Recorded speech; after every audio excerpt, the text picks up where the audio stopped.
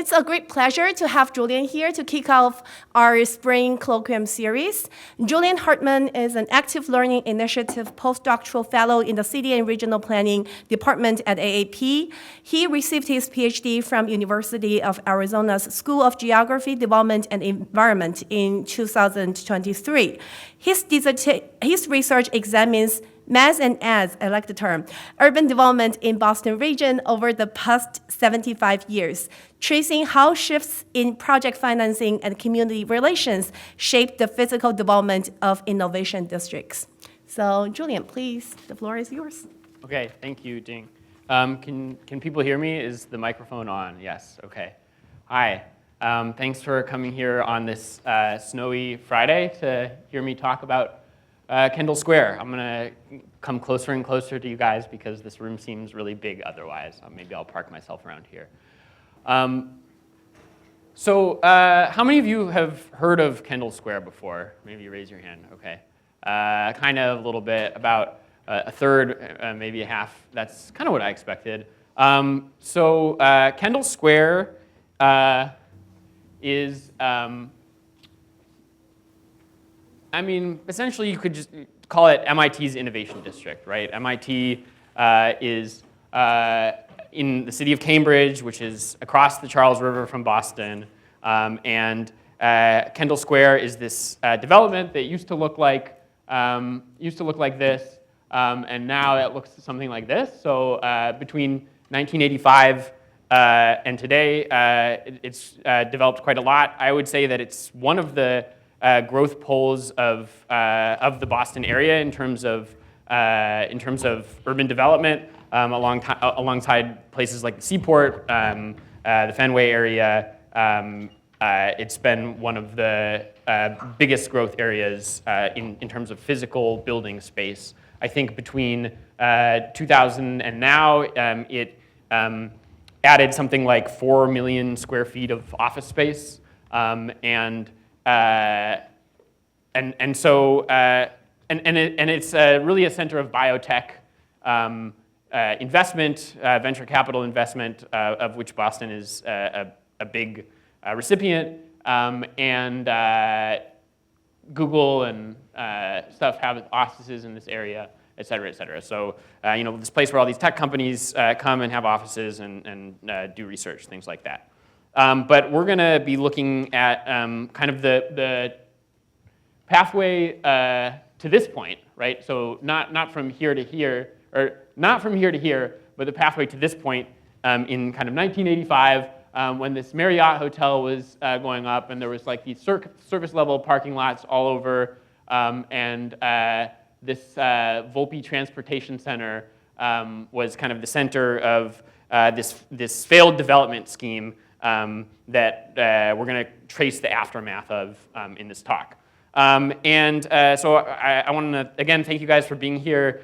This is kind of the first time I've tested out this material on people, so thanks for being the guinea pigs. I welcome any sort of questions that people have because I'm kind of trying to write this up right now into a paper, and so feedback is great. And if you're really interested in this stuff, I should plug that I'm hiring a research assistant over the summer to dig into this project, and I'm working on 2 other projects in the Boston area. And so if you're really interested in this stuff, then send me an email or come talk to me, and we can talk about that. Okay, so I want to be clear about where we're talking about when we're talking about Kendall Square, in this talk at least. I'm referring to these 3 parcels. That there's this kind of triangular area and this square area. Kendall Square can mean a lot of things to different people. At the kind of maximum scale, it could mean basically Boston's biotech industry. You could just refer to that as Kendall Square. But this is kind of a more fine-grained scale, and this is a specific urban renewal project, which is this Kendall Square urban renewal project, comprised of these 3 parcels, parcel 2, parcel 3, parcel 4. You might ask, what happened to parcel 1? Well, we'll talk about that a little bit, but parcel 1 is where this Department of Transportation building was, and it was this NASA Electronics Research Center that didn't last very long. But we'll get into that as the talk goes on. The two areas I want to point out in particular are this surplus NASA land is parcel 2, and the so-called Golden Triangle is parcel 3, and I'll be referring to those, or sorry, the Golden Triangle is parcel 3 and parcel 4 combined, and I'll be referring to those throughout the talk a couple different times. Okay, so Kendall Square, not the place to be. So has anybody been to Kendall Square before? Yeah, what did you guys think about it? Did you like it? Okay, I don't know. Okay, well, so Kendall Square is famous among kind of like innovation scholars, and this is the first place that I heard about it, for being this kind of center of venture capital, the most innovative square mile on the planet, blah, blah, blah. But it's famous among Boston residents for another reason, and the reason that it's kind of not a very nice place to be. People don't like to go shopping there. There's not much. There was like a famous profile of Kendall Square where the reporter couldn't find a Band-Aid in the entirety of the neighborhood because there was no drugstore, right? So a lot of the kind of basic urban amenities that you would expect from like a nice neighborhood like don't exist in Kendall Square or have only recently been built. And so Kendall Square in many ways is not the place to be.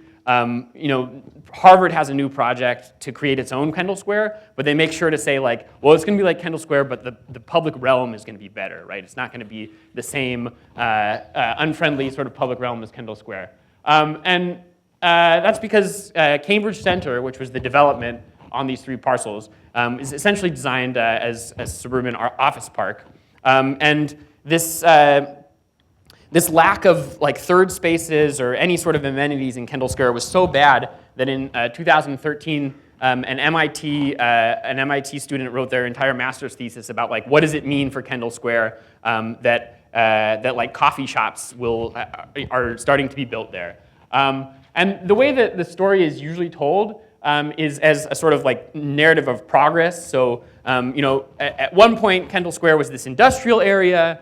At another point, then it became this like kind of office park, and now it's this innovative cluster, and now it's becoming even more mixed use and becoming better and better. And what is usually obscured in this type of narrative is the fact that the reason Kendall Square is kind of such a dead neighborhood after 5 p.m. That it's a place that people go to work but don't go to do anything else. The reason that it didn't really have any housing units was a political reason. There were political fights over what Kendall Square would look like, and it led to certain outcomes that we're going to talk about in this talk. And so this talk is going to center or culminate on a long period of study and debate that happened in the 1970s that's usually glossed over in 1 or 2 sentences in accounts of Kendall Square. In Budari's account of Kendall Square, this is what he says about it, right? He says there was a long period of study and debate. And this blog is typical where they said, okay, like NASA left Cambridge in 1970, and then the people of Cambridge decided like what to do with Kendall Square and hired a firm to do that, right?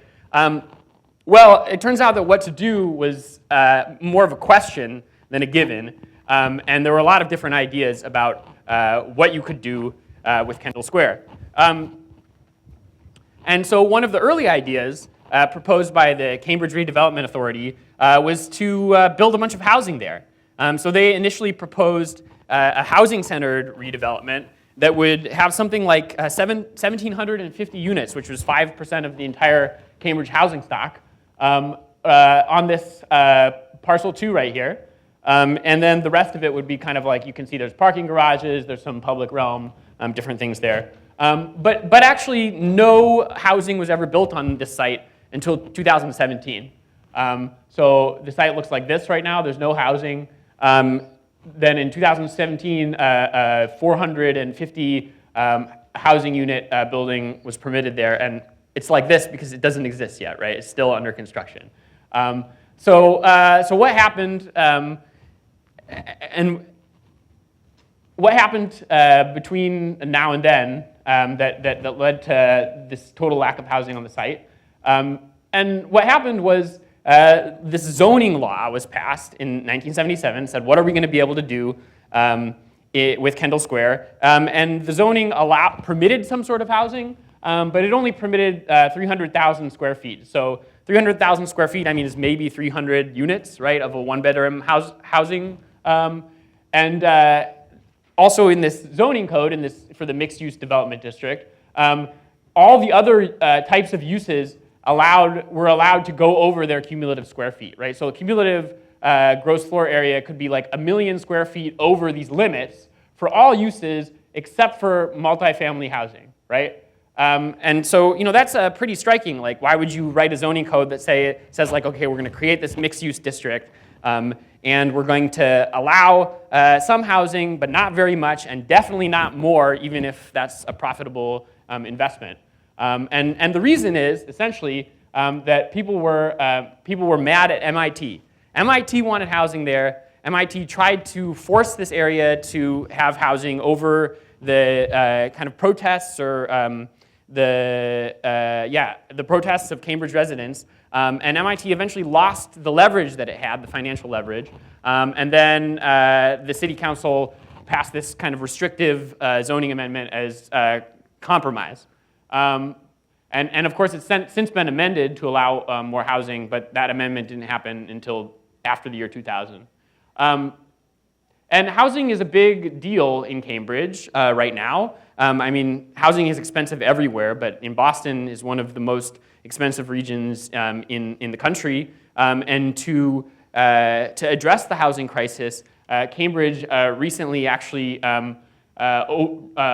eliminated single-family zoning, allowing for 6-story apartment buildings to be built anywhere in the city. So housing is a big deal now in Cambridge. It has been a big deal since the 1960s, as we'll see, and yet this housing development was shut down. Central to this question of like, okay, so what happened to all this housing is who is Cambridge for and who is the housing for, right? And in some ways, the debate about the 1,750 units in Kendall Square came down to this question of like, what does new housing do in a city, right? This is actually an argument that you'll kind of be familiar with from the sort of NIMBY-YIMBY debates that are happening right now. And so the question was essentially this, like, if these 1,750 units are built, market rate, middle class / luxury housing, right?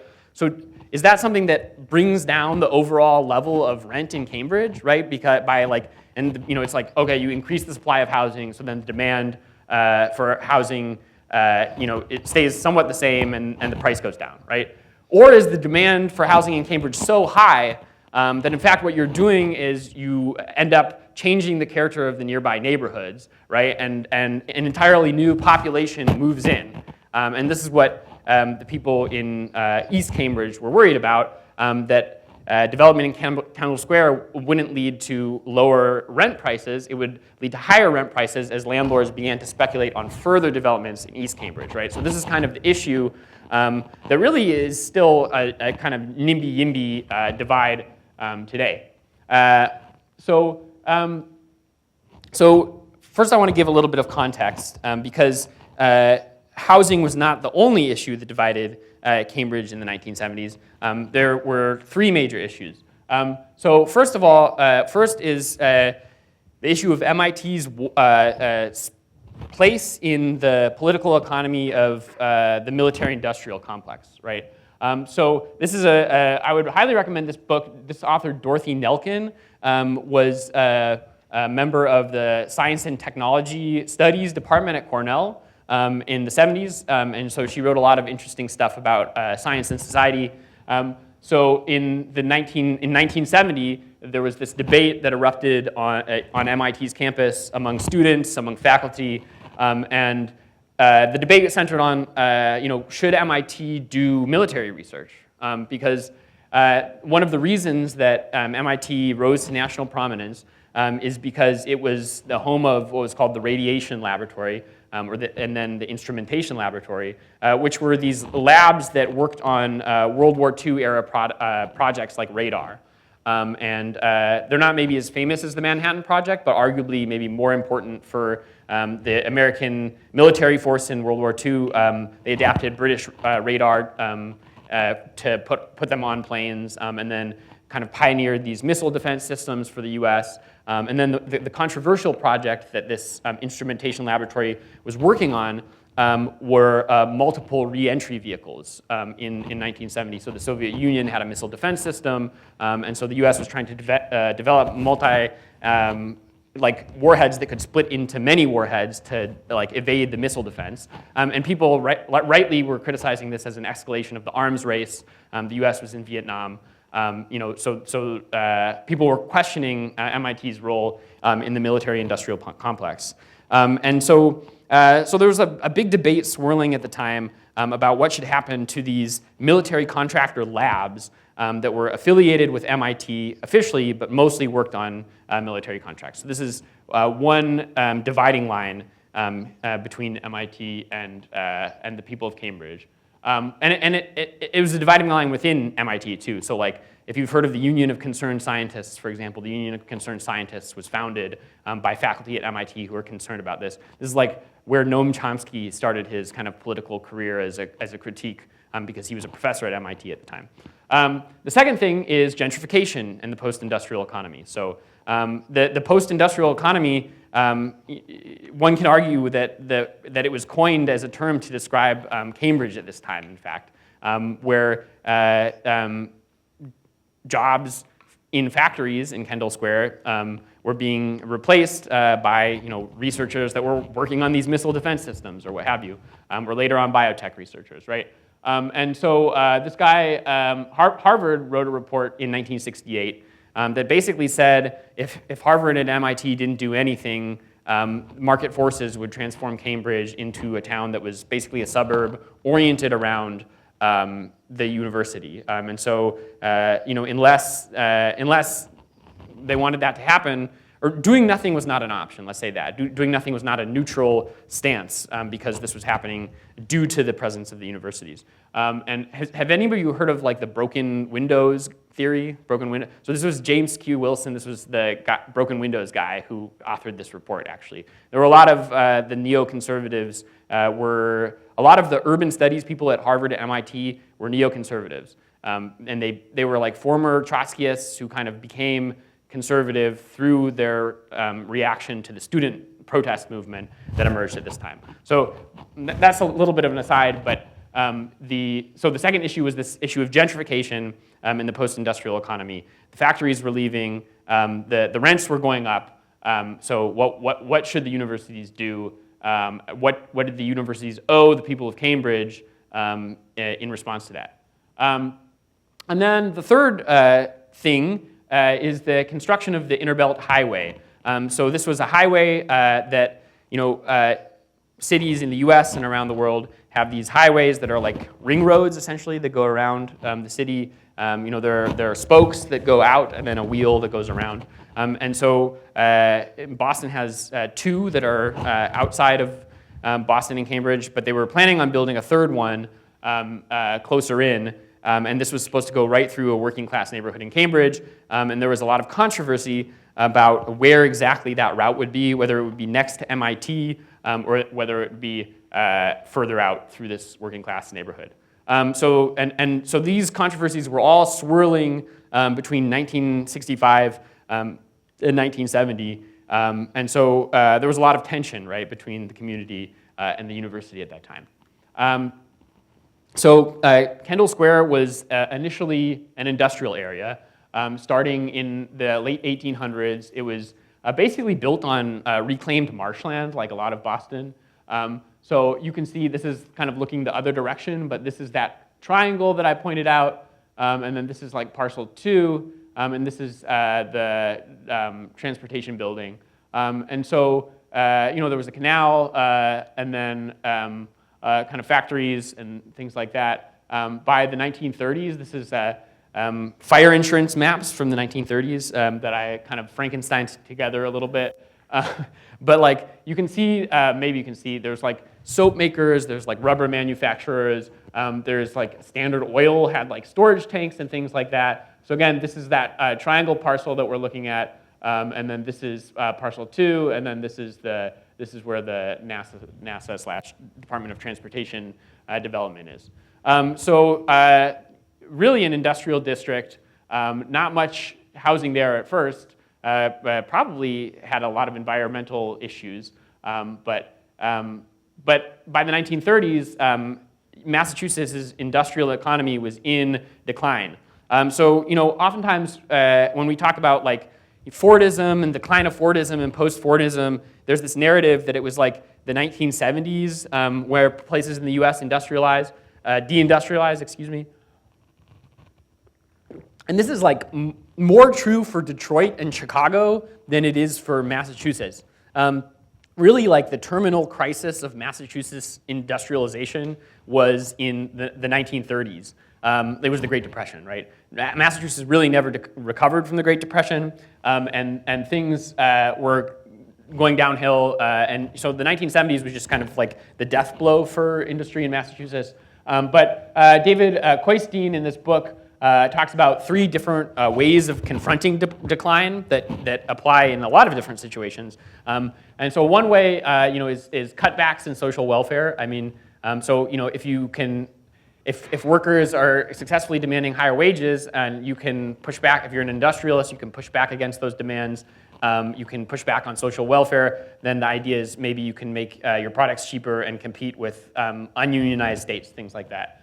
So there was like a pushback from private industry to get rid of unions in Massachusetts. That was one of the responses. Another response is federal assistance. So if the federal government can subsidize industries, or if the federal government can enforce labor laws in the South, that was another thing that they were hoping could help reindustrialize Massachusetts. But a third one that he points out is economic development, and that means developing new industries.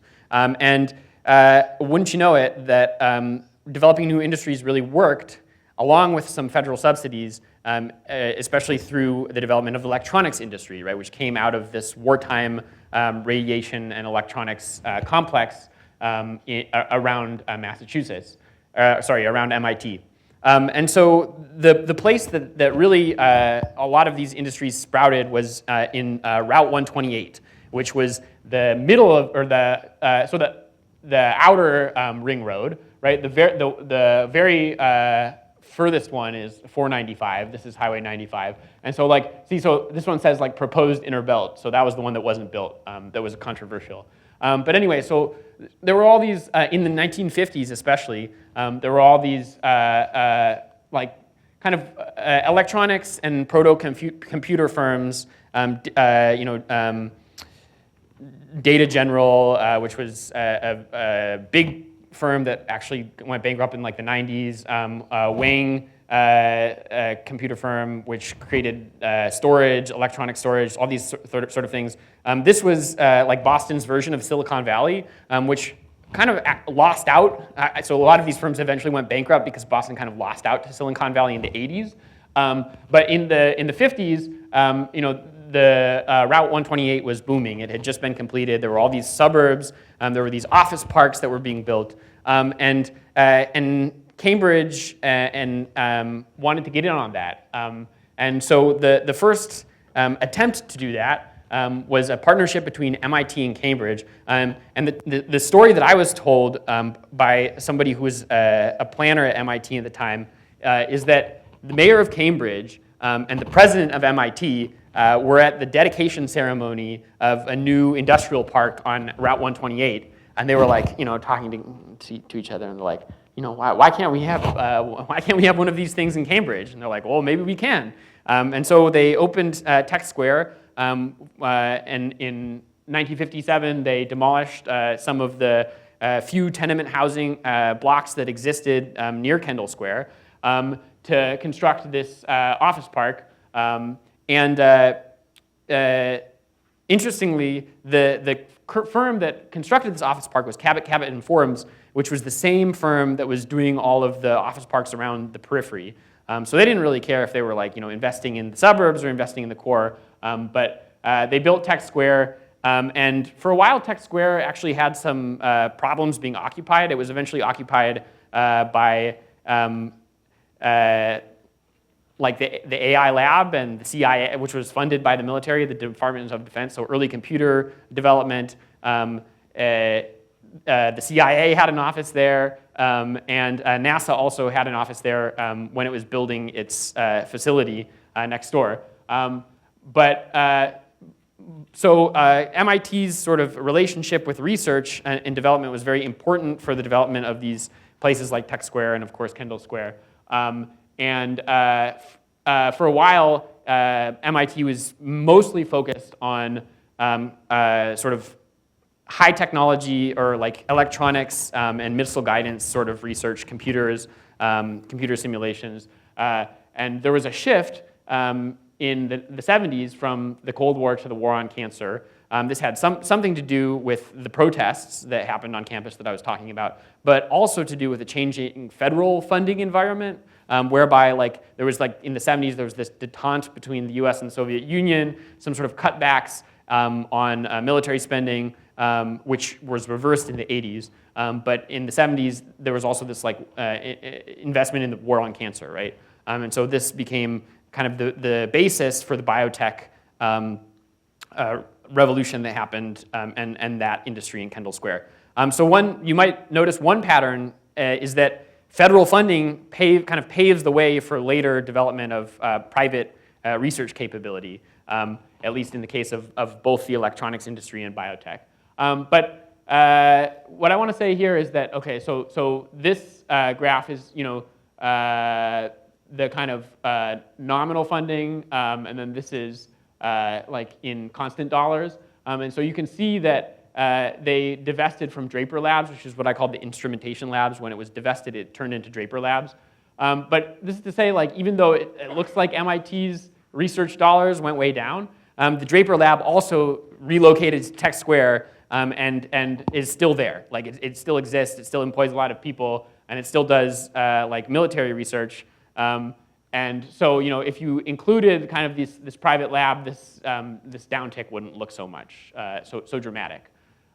So the resolution of that kind of anti-military conflict was, in fact, MIT just divested from this lab, and the lab kind of went private. So it was kind of not a real solution in the sense of it didn't actually stop weapons development. So regarding the inner belt, there were like big conflicts over the route. So the highway itself was never built, but the question was, would it go through this sort of working class, racially diverse neighborhood called Cambridgeport, which is how MIT wanted it to go, or would it go right by MIT and potentially through Tech Square, or like cutting Tech Square off from Kendall Square and from the rest of MIT. And MIT, one of the ways that MIT objected to this by saying like, oh, like, the rumbling from all these cars will actually like hurt our instrumentation research, right? And like we're creating like computers that will like allow the Apollo program to reach the moon, right? This was like the line. And of course that's true, that's what they were doing in the instrumentation lab. It was like the same computers were the ones that were allowing for multiple re-entry vehicles on intercontinental ballistic missiles.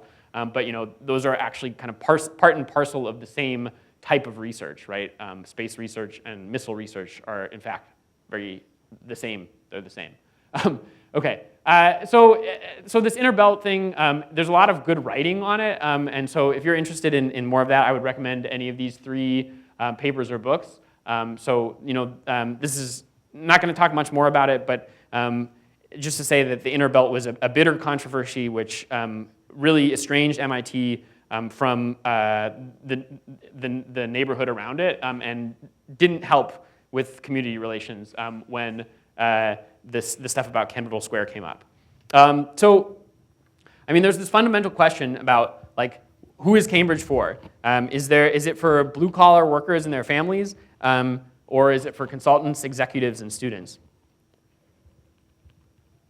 And this was a question that was posed by tenants organizing groups that were advocating against Kendall Square, but also advocating for rent control in Cambridge. And I'll talk about that a little bit more in a minute.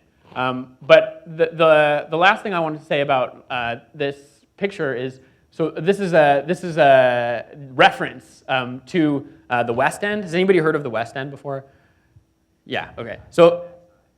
Yeah. Okay. So you've seen the sign. So the sign. Yeah. So this is a reference to a sign in the West End, which was kind of like the big example of how not to do urban renewal. So this was a tear-down urban renewal site in Boston that was torn down in like 1957, which is a pretty dramatic difference, right? They kicked like 12,000 people out of their house, and then they built these luxury condos. So I mean, this is like the picture of it now, but like these were being built really in this kind of time period in the late 60s. And this was happening right across the river from East Cambridge, right? So this was visible to the people living in East Cambridge. And so the West End really became like a symbol for resistance against urban renewal. So the sign was like one of these apartments had a sign that like, was addressed to commuters stuck in traffic. And it said, if you lived here, you'd already be home now. And so this was a kind of mocking reference to that sign. And you can see, like, one of the concerns was how much traffic some place like Kendall Square would generate. There was no thought of bike lanes at the time. Now it's like, oh, we're gonna barely have any parking. We're gonna have bike lanes in the redevelopment of Kendall Square. It would be interesting to trace when like the bike lane thing came up as an issue, but this was not an issue in the 60s and 70s. There was no idea that bike lanes could be a solution. So the groups that really objected to any sort of development on Kendall Square were the tenants' advocacy groups that were most concerned with rent control. So rent control existed in Massachusetts from World War II until 1954, and then again from 1970 to 1994. And so, in fact, between World War II and 1995, there was more time where Cambridge was under rent control than out of rent control.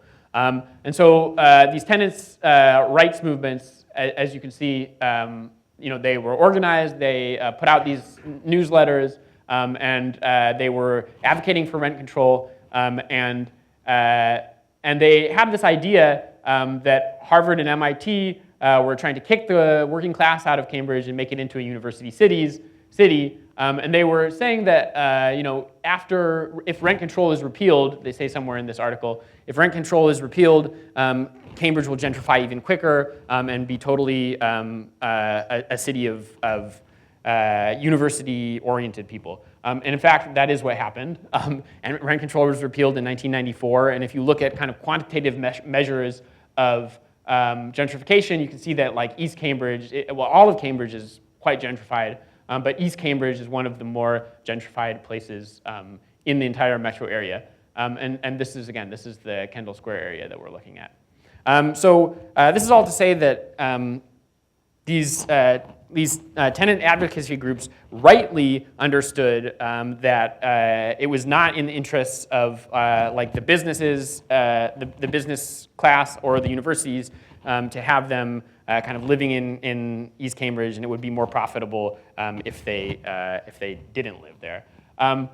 Okay, so we talked a lot about the surrounding circumstances, the different controversies that existed in Cambridge. So now I want to get into the actual parcel itself and urban renewal and the NASA scheme to develop this area, et cetera, et cetera.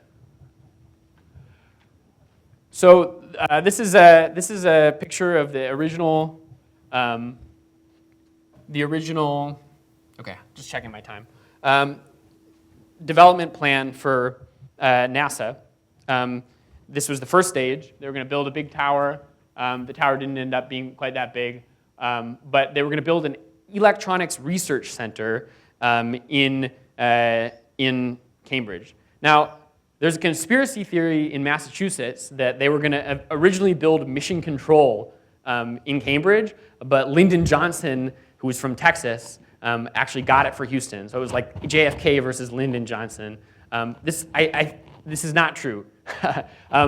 But so mission control was never planned to be in Cambridge, but they did use especially RFK's connection to get this electronics research center. And the US Congress was actually pretty mad about it. This was a controversial expenditure of money. And quite quickly it was canceled by 1969. And so it was never totally built. And so again, this is where this is the first stage of the center going up. It would have occupied all of this. So this is like parcel 1. This is parcel 2. It would have occupied the entire area. And then there was this area known as the Golden Triangle. And so the scheme was this. That NASA's research center, because it's a federal research center, would be tax-free. There would be no property tax for the city. So why in the world would the city want NASA to develop a research center in the city? Because the city's budget is mostly on property taxes. The city does not earn money from income taxes. And so the deal was like, okay, well, NASA will take this area and the city will redevelop this area into kind of like ancillary businesses that would be like either serving NASA or like startups that are related to like space exploration, missile development, this sort of stuff. So this would be tax-paying, like Technology Square, which is over here, and this would be tax-free. And the gamble was that this tax-paying triangle would pay more taxes than the entire area would have paid before. So it would be kind of like an upgrading, right? And to do this, the city had to displace like 200 businesses or so on the triangle. So naturally, there was like a big kind of controversy about it. There were some court cases and things like that. But the city was able to clear all of the land.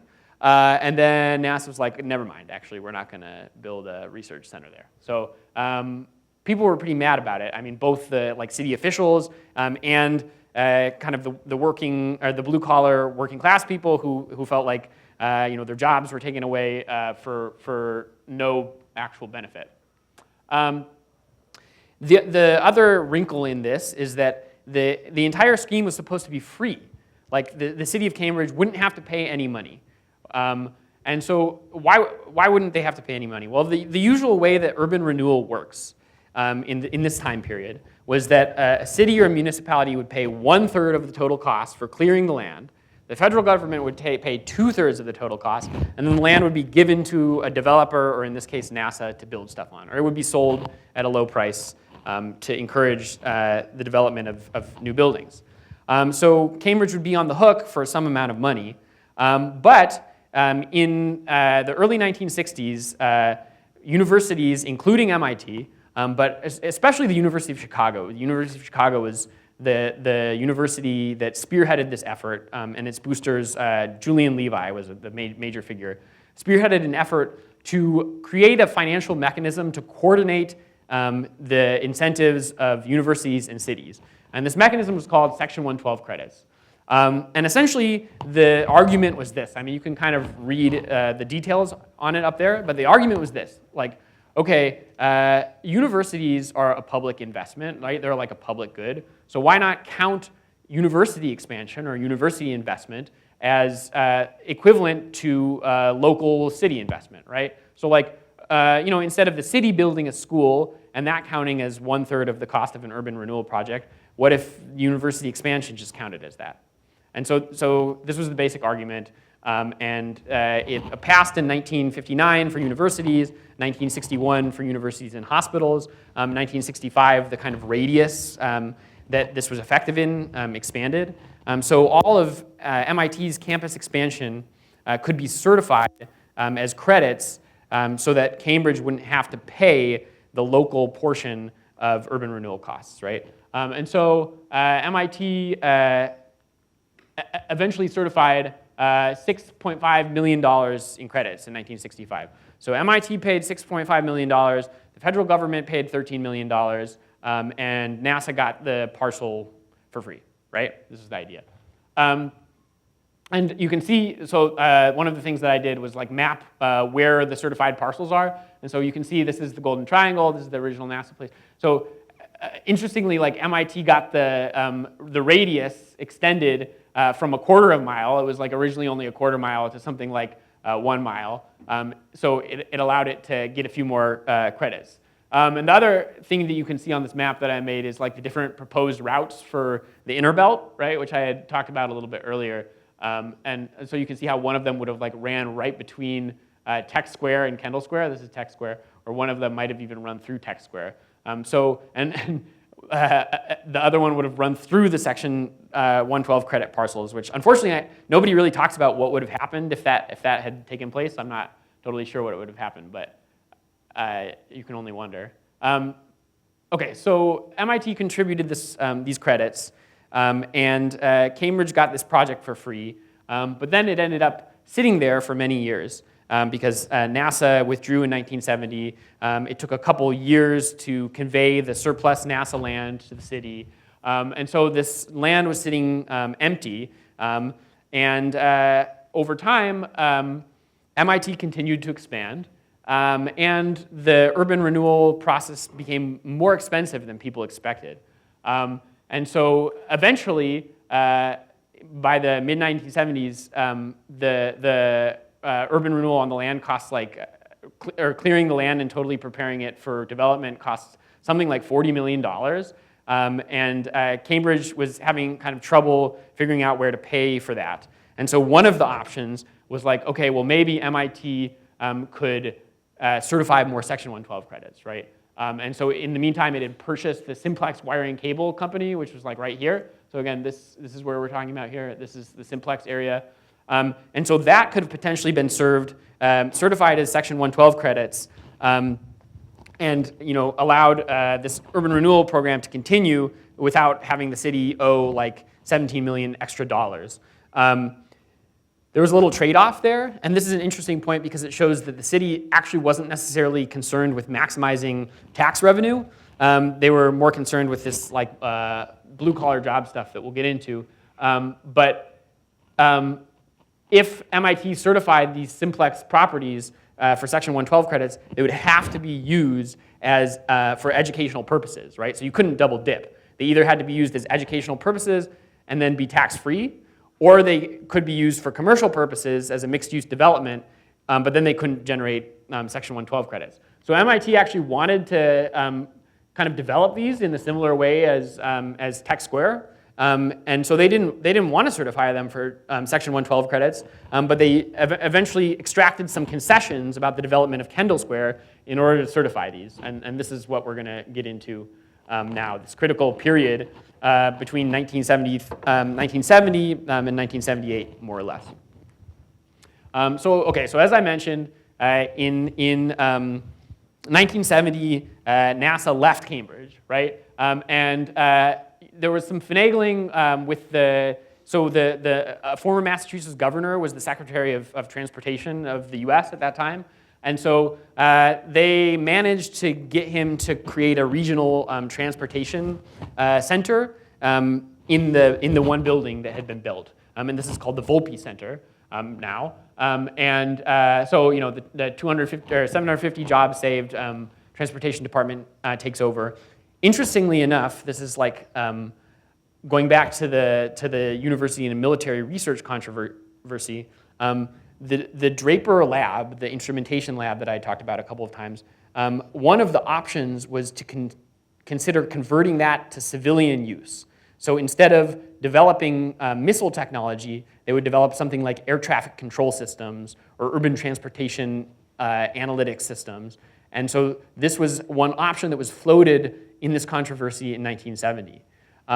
But the fact, and this is what Nelkin says in her book, the fact that that the NASA Center was turned into the Department of Transportation Center meant that there was not the money to convert the Draper Center into civilian research. And so the Draper Center ended up going independent, ended up being divested from MIT. So kind of in an interesting sort of tangential intersection here, the 750 saved jobs at the Volpe Center meant that this Draper laboratory would go on doing weapons research rather than shifting to civilian transportation research. So anyway, so after a couple of years, there was this surplus NASA land that was finally transferred to the city. I mean, it took a couple years to figure out legally because of the value of the land, who held the title, this whole stuff. The Cambridge Planning Board released a report in 1971 basically saying like, okay, this land should be used for low-income housing, especially low-income housing that would allow for people to become homeowners. And it should have around 350 parcels or something like that, because we want it to be no high-rise housing, and because high-rise housing is low-income housing was kind of not trendy anymore in terms by the early 70s. And so, so this was the first proposal. And then, as I mentioned earlier, the Cambridge Redevelopment Authority came up with this much larger proposal to create market rate housing and create something like 1,750 units, a much larger development, high-rise development.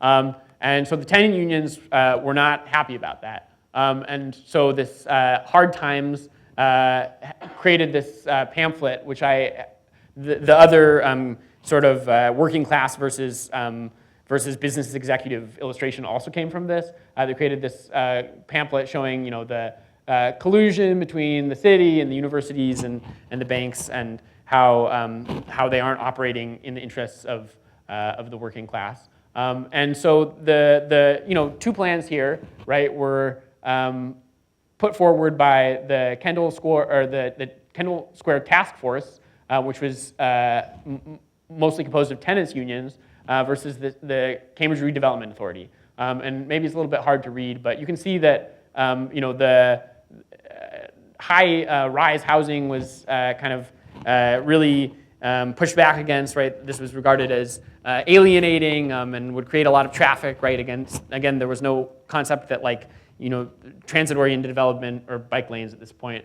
And the alternative were these kind of like townhome developments with some green space and many fewer units, right? And again, this operates on kind of a different theory of neighborhood change, which is like, instead of creating more units to change the balance of supply and demand in housing, what you want to do is you want to prevent wealthy people from moving in entirely.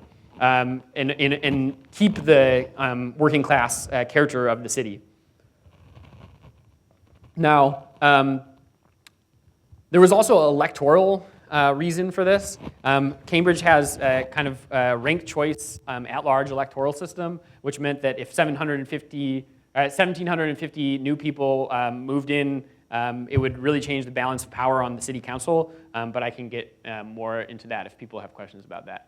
And so in 1973, the city council didn't choose either of these plans, right? Both of these plans were essentially thrown in the garbage. And the city council said, okay, you know what we're going to do? We're going to maximize blue-collar jobs on one of these parcels, and the other parcel we're going to develop into like a hotel and high-tech development. The Golden Triangle will be that. And the surplus NASA land will be blue-collar jobs. So this was like kind of throwing a bone to the blue-collar workers of East Cambridge, but the tenants groups were still not happy about this. They thought it was kind of a ruse, which indeed it was, because not many blue-collar jobs. I mean, the only blue-collar jobs that really exist there now are being like dishwashers or construction workers for new buildings, or service workers in the various restaurants that are now finally popping up around Kendall Square. So the city council made this kind of compromise plan that wasn't so much of a compromise. But MIT didn't really like this plan either, because it didn't include as much housing as they wanted. So as I mentioned, this whole time, the price of doing this urban renewal project was going up and up.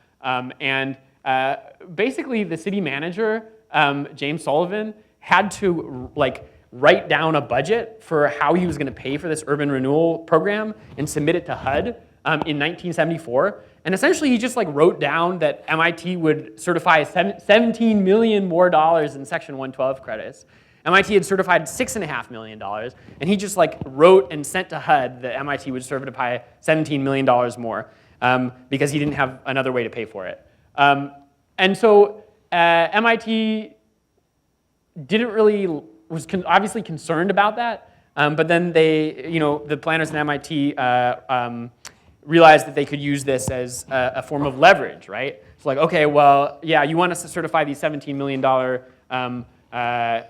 in Section 112 credits, well, we're gonna make you pass our own plan, right? And so they use this Section 112 credit stuff as leverage to get the neighborhood plan passed through city council. Now, the neighborhood plan is like a little bit disingenuous because the neighborhood plan was the MIT plan, right? And they had their own neighborhood groups that supported it. And this was like a common thing in Boston, and I'm sure in other places as well, where like, interest groups would partner with, I mean, a neighborhood is not a united thing, right? So you can find a neighborhood group that's like comprised of like maybe landowners who would be happy if the value of their land went up, and so you could call that the neighborhood plan. So MIT passes a neighborhood plan that would have something like 500,000 square feet of housing in the Golden Triangle area. But then something else happens.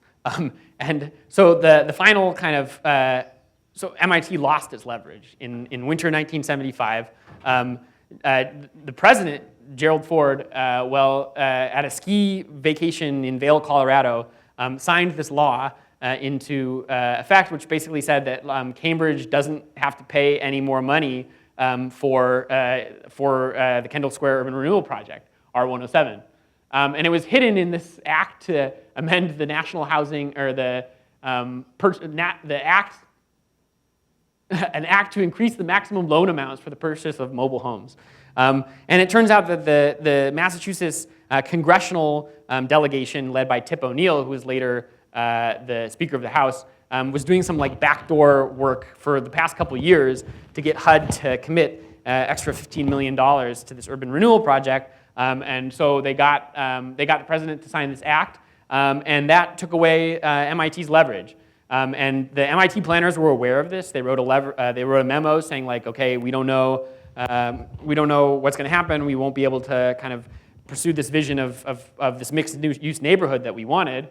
So eventually, what happened was that the Urban Land Institute, which was considered a neutral party, but was considered a neutral party. It was brought in to mediate in 1976. And they chose between 5 different options: a no-build plan, which was obviously not going to happen; the preferred plan, which was MIT's plan, which contained something like 500,000 of residential, and the city manager's plan, which contained no residential, right? And there was like a lot of bitter divide over this. But notice the things that are off the table are the idea that there could be 1,750 units, or the idea that this could be working class housing, right? None of these options are on the table in terms of the Urban Land Institute's consideration. And so basically the Urban Land Institute said like, look, this stuff is not, these aren't that different, like we can kind of split the difference. And so that's how they ended up with this 300,000 square feet of cumulative housing. And they, but because MIT didn't have the leverage to get what it wanted, it was limited to 300,000 and without a chance to expand more. So this is the situation that housing. This is the situation of housing in this Kendall Square development until about 2013, and things changed. Essentially, I would argue that things changed because Cambridge became so gentrified that there was no longer this argument between those who wanted to preserve it for the working class through restricting development and those who wanted to lower prices by developing more, because the kind of working class blue collar tenants movements lost, right? The rent control was repealed. Cambridge is super gentrified, and so now the kind of more radical idea for lowering rent is in fact developing more housing. And so now MIT, or Matimco, which is MIT's investment arm, which invests the endowment, is developing 1,400 new units of housing on the Volpe Center area. So where NASA actually did build its building, so that was recently relocated. But this is another presentation. The point being here is that there's still not as much housing developed on this parcel as was originally proposed in 1972. So So if you're wondering how we end up with a housing crisis, I suppose this is one way you could think about it, because of this political conflict and the inability to come to some sort of agreement about how to develop housing in a way that would preserve people's right to live where their families had lived for a couple generations. Then you got a suboptimal outcome for everyone involved. The other thing I want to reflect on is that, MIT got its way, essentially, but it took a long time. And so when you're thinking about like the difference between, there's a time horizon difference between institutions like MIT and Cornell and protest movements, especially student protest movements, right? These like student protest movements and neighborhood protest movements can last maybe 4 years, maybe 10 years, maybe a generation. But MIT's been on that site since 1915. It's been in existence for 50 years beyond that. And so these institutions are essentially meant to last forever, right? And that's kind of what an endowment is, right? It's supposed to be in perpetuity. And it would take a much bigger change in American society. Maybe that's something we're seeing right now. But the time horizon is different. And so that's something to think about, I think, when you're analyzing these situations of town and gown conflict. The other thing, okay, so just some final takeaways that I wanted to point out is that a neighborhood success looks different from different perspectives. From the perspective of tax revenue, for the perspective of design, it looks very different than this perspective of like whether it succeeded at producing innovation, right? It's been a very innovative place in some ways, but maybe it has not been so good at the level of urban design. The state and the market were involved in all stages of the creation. Some people say like, comparing Kendall Square to another innovation district in Boston, they say that the seaport was created by the state and Kendall Square was created by the market. I think that's a crazy thing to think. And I hope you can agree with that after going through this presentation. And this thing about protest movements, especially student protests and time horizons. Lessons for planners. You guys are going to be planners and you're going to be in the middle of these kind of messy, conflictual situations. So I don't think that there are any there's no recipe that you can take away from this, but I hope in some ways it will lead you to consider questions of politics, questions of different interest groups, and just provide some sort of general training that you can kind of look at the work that you'll be doing in this light and think about how funding, especially these Section 112 credits, create leverage, and the drying up of funding can make leverage go away. Scale jumping, so going from the local scale to the national scale, if you can get the president to sign something that says that the U.S. federal government is going to pay for this urban renewal project, that's helpful to your interests, right? And also that zoning matters and that it's a live political issue. And these are all things I think you will be dealing with in your careers as planners or people that are working in urban development. So thanks for listening to the talk. I'd love to hear questions and continue this talk after in the talkback session. Thanks again.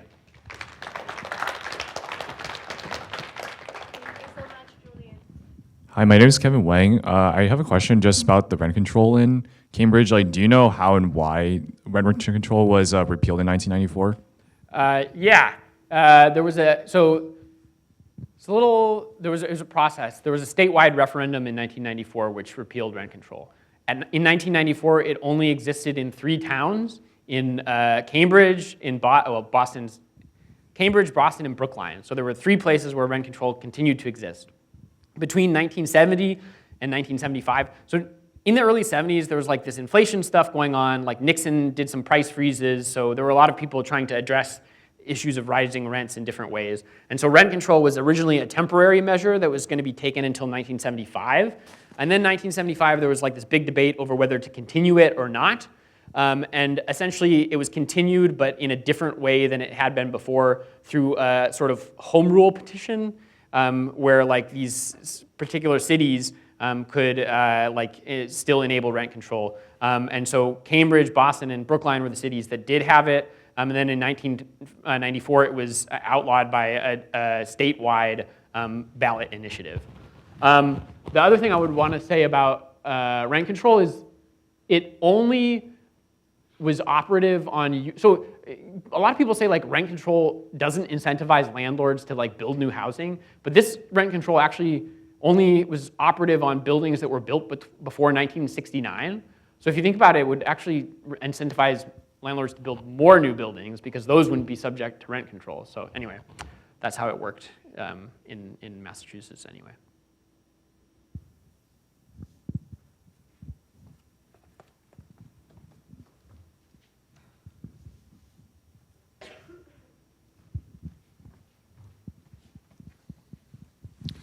Two questions. Obviously, lots of details that are fascinating.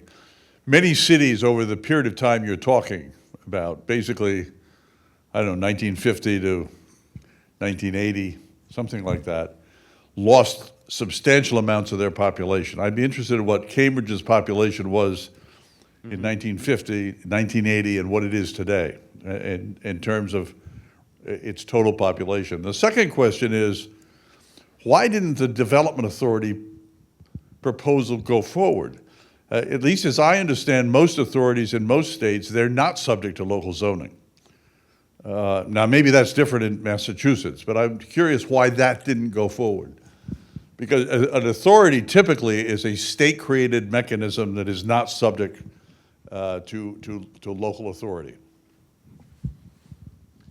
Yeah, this is a good question. Cambridge did decline in population.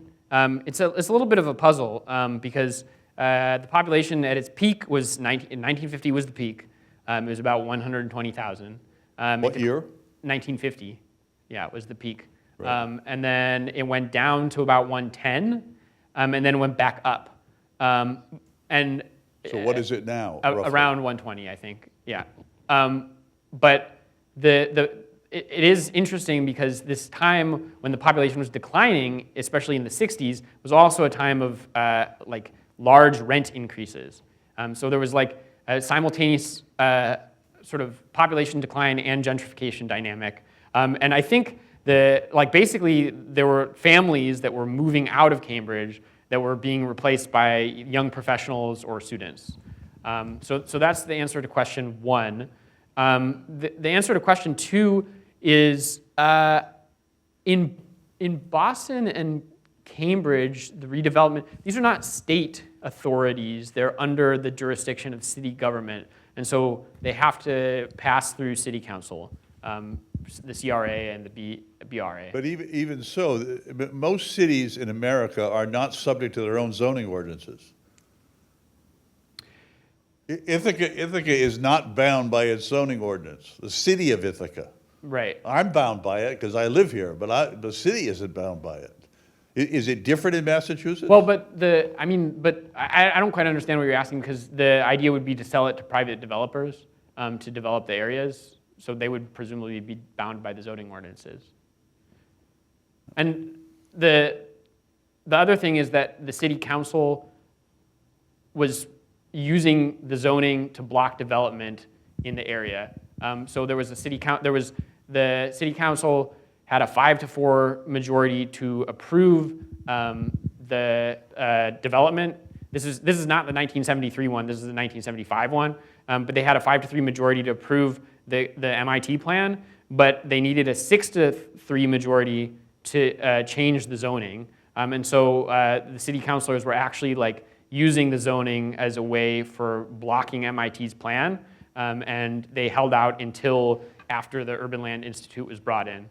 I don't know, I'm not totally sure. I mean, I don't know why the developers that the CRA would award their contract to wouldn't be subject to zoning, but I can look into that, or we can talk about it more. Thank you.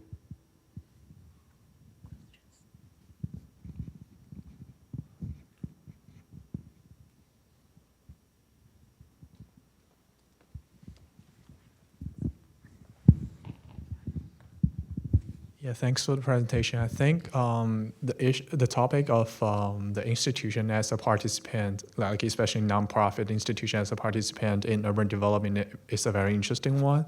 So I do wonder, like, according to your observation, how do you consider the difference among different institutions like universities and, say, research institutions and hospitals in their participation with in the urban development, and how do you think of the difference between, say, the private university like MIT and public universities?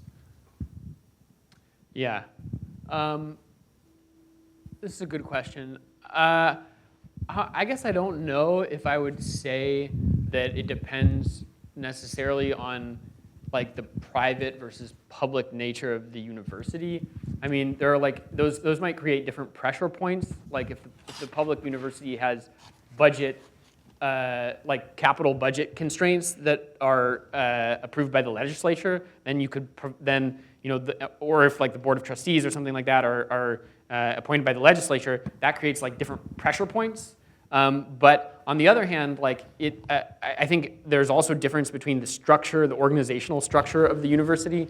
And so one comparison that I can make, for example, is between Harvard and MIT. So they're both private universities, but Harvard is much more decentralized than MIT. And so that means that in terms of addressing housing in Cambridge, MIT actually had a much more robust plan. It planned and eventually built something like 800 housing units. I mean, it planned a lot more, but it built like a number of low-income housing units, and that was something that was planned by like the president's office. And so the administration of MIT is much more centralized than Harvard. Whereas, like, you know, in the report on the University of the City, one of the things that Wilson is complaining about is that, like, it was hard for them to even find out what the different things that Harvard was doing with community groups and stuff were. They had to like go around to different departments and units and try to figure that out. And so that has to do with the organizational structure of the university itself. Yeah, the thing, I mean, the hospital thing is an interesting question too. Something that was happening, I mean, I think most of my answer will stay the same with that, with regards to like organizational structure and in terms of like pressure points for funding. One of the things that I would say about hospitals is that they were undergoing a like period of consolidation at the time. And so there was a lot of jockeying between different hospital boards. So like when, you know, a hospital could have like board of directors that would be like different. So if you have 5 hospitals that are combining into one hospital, there's like this kind of dynamic of different boards of directors trying to keep power over their domains, right? And so that can create kind of this more decentralized structure. But this can also kind of depend on how successfully the different hospitals are consolidated into one system. The other difference, I mean, so that's like university-related hospitals. There's another dynamic going on with the rise of like hospital systems. So like in the 70s and especially in the 80s, but there were these kind of private, you could call them like private equity sort of takeovers of hospital systems. I mean, it's gotten real bad in the past couple of decades, but these like hospital operating companies started putting together large hospital chains starting in the 70s. Yeah.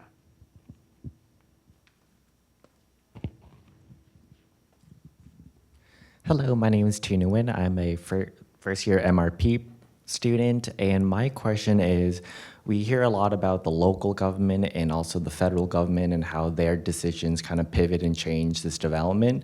But what was the thoughts and consensus within the state of Massachusetts, just to know, like, was there any state presumptions or et cetera that can also change the course of this development? Yeah, this is a good question. This is the question I expected from Dick Booth. But I think like, I don't know if I have an answer that will satisfy you. But one thing that was at issue in the state government at the time was the issue of rent control, as I was saying. And so there was a big rent control fight in 1975. And it's unclear to me whether that like energized the tenants movement or sapped the strength of the tenants movement. Because like one of the main tenant organizations in Cambridge like disappeared in 1978, kind of after that fight over rent control.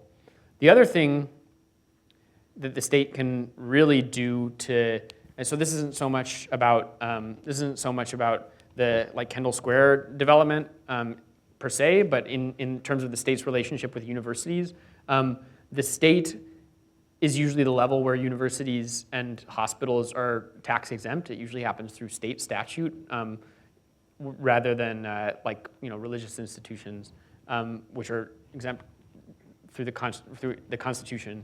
So there was a period of time in the early 70s where there was talk about taking away the tax-exempt status of universities in Massachusetts.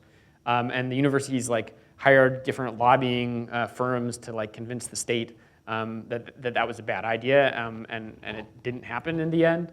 But I mean, that's like, yeah, not directly involved with the Kendall Square stuff. Okay, I have maybe one more thing that is more directly related to the Kendall Square development. And this is the MBTA. So I didn't talk much about public transportation in this presentation, but one of the reasons that the Kendall Square development is so attractive is that it's located on the Red Line, which is one of Boston's high-speed. When it's working well, it's one of Boston's like higher speed rail lines, and it goes right into downtown Boston and then like out into Alewife now. It wasn't actually, it only went to Harvard Square at that time.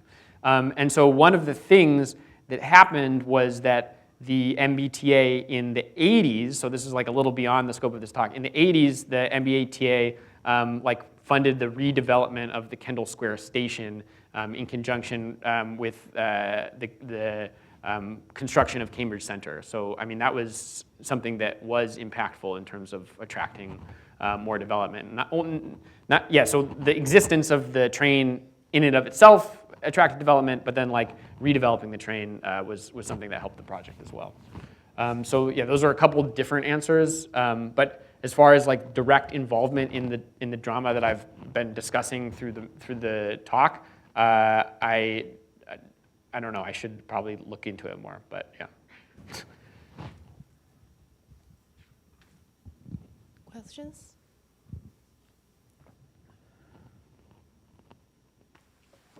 I'm just curious, you talked about MIT and just wonder what's Harvard's role in this process? Yeah, well, that's a good question. I mean, this is all like rumor. So like one of the guys that I have, one of the city councilors who was most against the MIT plan was the dean of education at the Harvard Business School at the time. So, you know, that's not necessarily saying that Harvard was institutionally involved in pushing back against the MIT plan, but one of the guys that I talked to, who was the head of planning at MIT at the time, he will bitterly say that like Harvard threw them under the bus because they wanted to develop tax revenue rather than developing a neighborhood. Because this is pretty far away from Harvard geographically. It's at the other end of town, but it's right next to MIT. And so, yeah, so I mean, this is like stuff that I haven't been able to confirm exactly, but it would be, you know, it would be interesting to have like empirical evidence of that. But that's like the word on the street is that like Harvard was throwing its weight against MIT to some extent in this development. Also, not that Harvard would have been like for the working class sort of housing development stuff, but more that they were for the like job-centric vision of Kendall Square as an office park. Thank you. Any other questions? So if not, oh, yeah.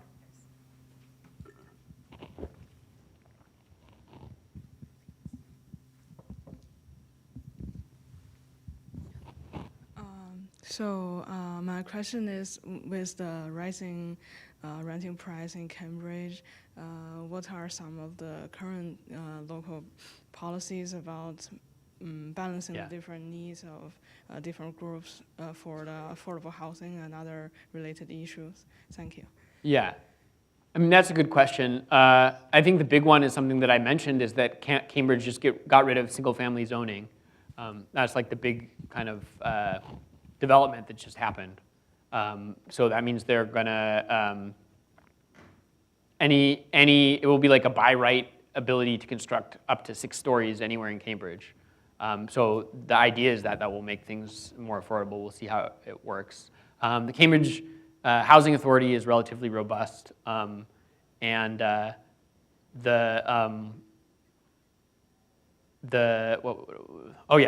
Kendall Square they're planning on building like 1,400 units of housing.